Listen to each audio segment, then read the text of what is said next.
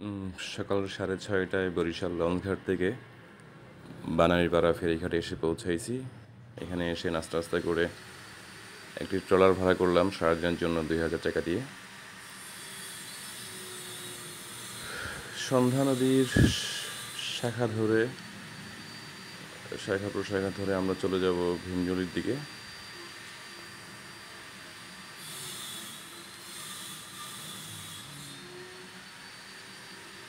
আমাদের সাথে আছে বেশ কিছু বন্ধুবান্ধব।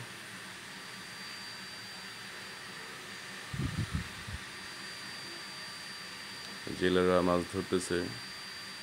খালের মাছ মাছ দেখা যাইতেছে না, কিন্তু ধরতেছে। খালের দুধারে সারি সারি সুপারি গাছ। বরিশালের যে কয়েকটি ফসলের মধ্যে বিখ্যাত, তার মধ্যে একটি হচ্ছে সুপারি।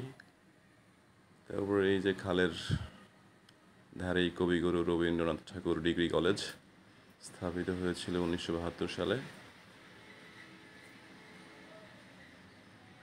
কলেজটির সংস্কার কাজ চলতেছে দেখলাম। ব্রিজের তল দিয়ে চলে যাচ্ছি। সবাই খুবই উল্লসিত। এখানে খালের দুধারে বেশ কিছু বাড়িঘর। তাদের প্রত্যেকটি বাড়ির সামনেই দেখলাম ছোট ছোট নৌকা। এই নৌকা দিয়েই তারা তাদের যাতায়াত ব্যবস্থা পরিচালিত করে। তার কিছু দূর সামনেই দেখলাম অসংখ্য আমড়া বাগান। আকাশ ছোঁয়া দিগন্ত জুড়ে যতটুকু চোখ যায় শুধু আমড়া বাগান আর আমড়া বাগান।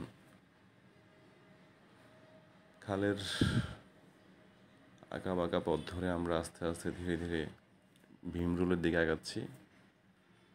এই যে কিছু গাছ দেখলাম, শুনলাম এগুলো নাকি গরুর গোস্ত রান্না করার সময় এগুলো ব্যবহৃত হয়। তারপরে এই যে দেখা যাচ্ছে একটি পেয়ারা ইকো রিসোর্ট।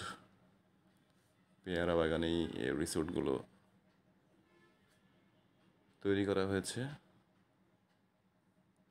আর একটু সামনে এগোতেই দেখলাম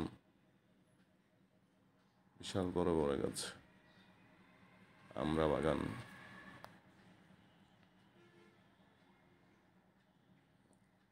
বরিশালের যে কয়েকটি ফসল সারা দেশব্যাপী খ্যাতি আছে, তার মধ্যে আমরা একটি। এখানকার আমরার ফলনও বেশ ভালো এবং বড় বড়।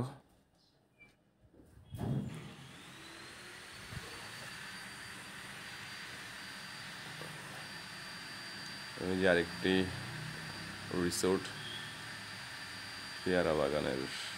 আমরা ভিমরুল থেকে ফিরতি পথেই এই রিসোর্ট ইকো পার্কে নামবো।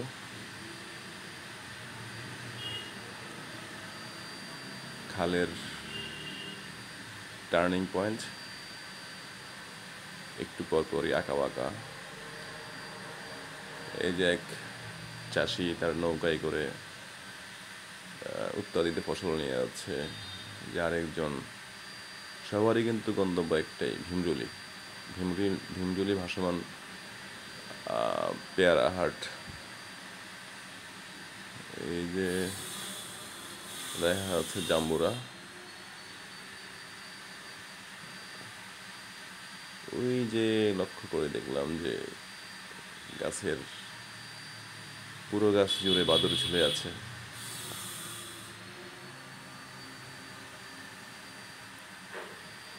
সুপারি।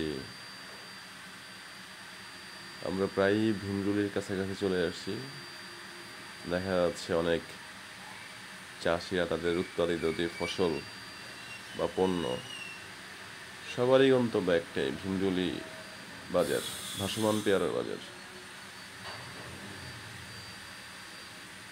এখানে নৌকার মধ্যেই বেচাকেনা হয়ে যায়। ব্যাপারীরা আসে এখানে তাদের ব্যবসার জন্য।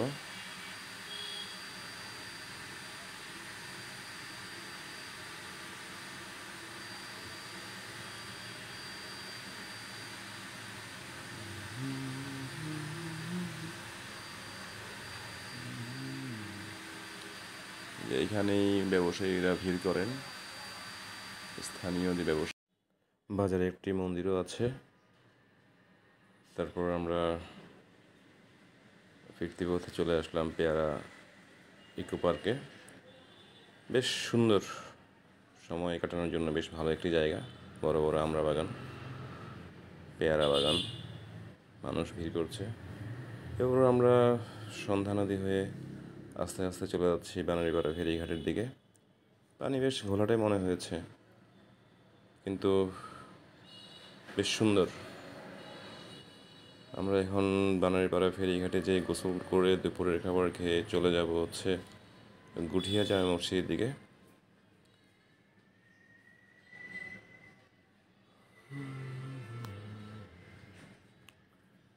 এই তো চলে আসলাম গুঠিয়া জামে মসজিদ। এটি নির্মাণ হয়েছিল 2003 সালে, আর নির্মাণ করেছিলেন এখানকার স্থানীয় ব্যবসায়ী এস শরফুদ্দিন আহমেদ। নির্মাণ ব্যয় ছিল প্রায় 2 কোটি টাকা। তারপর চলে আসছি বরিশালের বাবুগঞ্জের সেই দুর্গাসাগর দিঘি। বেশ বড় সড়ো, দেখতেও অনেক সুন্দর, যার এন্ট্রি ফি হচ্ছে 20 টাকা। এখানেও অনেক পর্যটক ভিড় করে দৈনিক।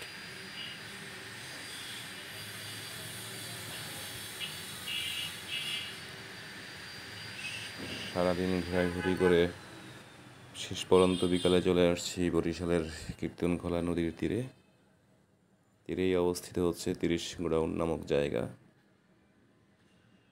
পরিশ্রান্ত শরীর কিছুটা স্বস্তির জন্য এখানে সময় কাটানো।